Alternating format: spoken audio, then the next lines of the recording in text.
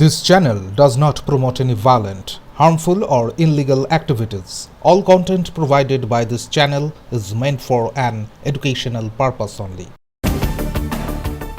অবৈধ বাংলাদেশি ও পাকিস্তানি অভিবাসীদের বিরুদ্ধে বড়সড় পদক্ষেপ নিয়েছে গুজরাট সরকার। বিভিন্ন জায়গায় শুরু হচ্ছে উচ্ছেদ অভিযান। সম্প্রতি সিয়াসতনগর বাঙ্গালভাস নামে পরিচিত একটি এলাকায় অবৈধ বাংলাদেশি নাগরিকদের গড়ে ওঠা বসতিকে সম্পূর্ণভাবে ঘুরিয়ে দেওয়া হয়। প্রশাসনের তরফে জানানো হয়েছে, একটি সাম্প্রতিক নিরীক্ষণে দেখা যায় সিয়াসতনগরে ব্যাপক অবৈধ নির্মাণ রয়েছে। এরপরই অভিযানের সিদ্ধান্ত নেওয়া হয়। অভিযানে একসঙ্গে 50টি জেসিবি মেশিন ব্যবহার করে ঘরবাড়ি ঘুরিয়ে দেওয়া হয়। প্রায় 2000 পুলিশ মোতায়েন করা হয়েছে যাতে উচ্ছেদ প্রক্রিয়া নির্বিঘ্নে সম্পূর্ণ হয়। গুজরাট পুলিশের joint CP crime Sharad Singhal জানান, নিরীক্ষণে অবৈধ নির্মাণের প্রমাণ মেলার পর এই উচ্ছেদ অভিযান চালানো হয়। অন্যদিকে ভদোদরা পুলিশ সম্প্রতি চালানো এক বিশেষ অভিযানে 500-র বেশি ব্যক্তিকে বাংলাদেশি নাগরিক সন্দেহে আটক করেছে। তাদের পরিচয়পত্র ও নথিপত্র যাচাইয়ের কাজ চলছে। ভদোদরার পুলিশ কমিশনার নরসিংহ তোমর বলেন, অবৈধ অভিবাসীদের শনাক্ত করে যথাযথ আইনি ব্যবস্থা নেওয়া হচ্ছে। উমরগাঁও এলাকাতেও একই ধরনের অভিযান চালিয়ে 7 জন